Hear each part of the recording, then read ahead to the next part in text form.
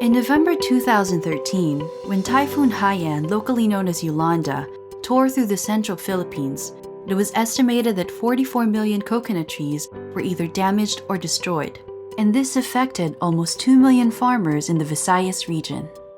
Coconut trees take an average of 6 to 8 years to be ready for harvest, so livelihood support for farmers was critical in the aftermath of the typhoon. The UN Food and Agriculture Organization, FAO, immediately started working with the government on a recovery and rehabilitation program across the Visayas region to provide alternative sources of farming income and help build more resilient coconut-based farming systems. Coconut-based farming system has intentionally been designed to be more than just an emergency operation. Main objectives of this program is to get people away from their reliance on coconuts. We are moving into alternatives to coconuts, which diversifies people's income. To enable farmers to be able to utilize the land between their coconut trees, farmers were trained on intercropping and how to establish contour farming sites. In addition, household farming kits and agricultural inputs were distributed, including livestock and poultry, fruit and vegetable seeds, small farm tools, and organic fertilizer. In order to further build resilience, FAO provided water and pest-resistant storage containers to protect farmer seeds, along with post-harvest machinery and processing equipment for farmers' associations. Because coconut trees also grow along coastal areas, the program worked with communities and local organizations to rehabilitate coastal mangrove forests, to help reduce erosion and provide a natural buffer against storms. And to ensure communities are better prepared for similar disasters, community nurseries were set up to establish seed stocks, and farmers are being trained in climate-smart agricultural practices through farmer field schools. Their experience and their lessons from these experiments are currently being shared with farmers from other barangays, other farmer organizations who are growing the same crops but may not be using the same techniques.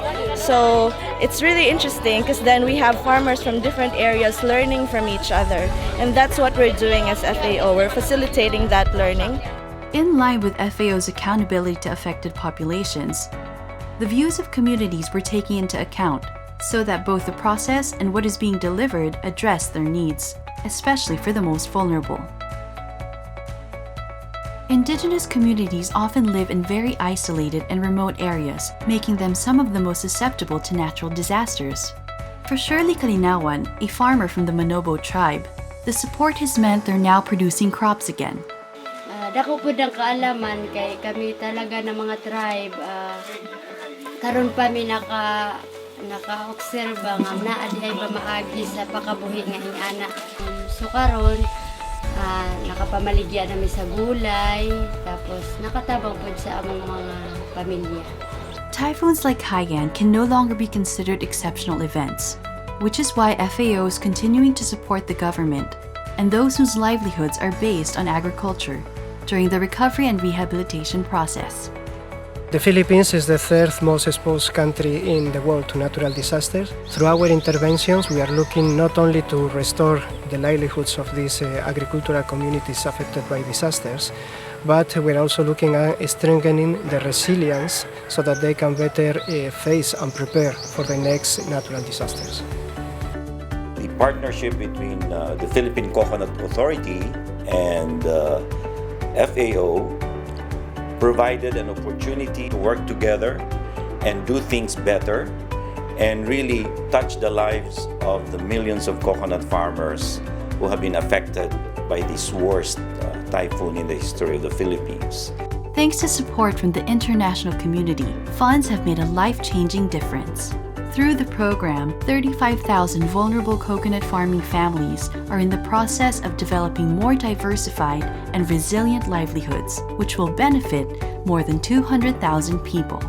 Dako ang akong pagpasalamat nga nabuligan ang tagapang. Dako nagpasalamat nga dako daman ang naibulig. Pero nung maturuan kami sa mga seminar na ganyan, nai-implement namin, magandang inani namin. Halimbawa, may moabot pa ng mga kalamidad tapos mawala gihapon ang tanan namong gipaningkamutan. So, magamit gihapon ang kaalaman namo nga among na training nga gihatag sa PAW.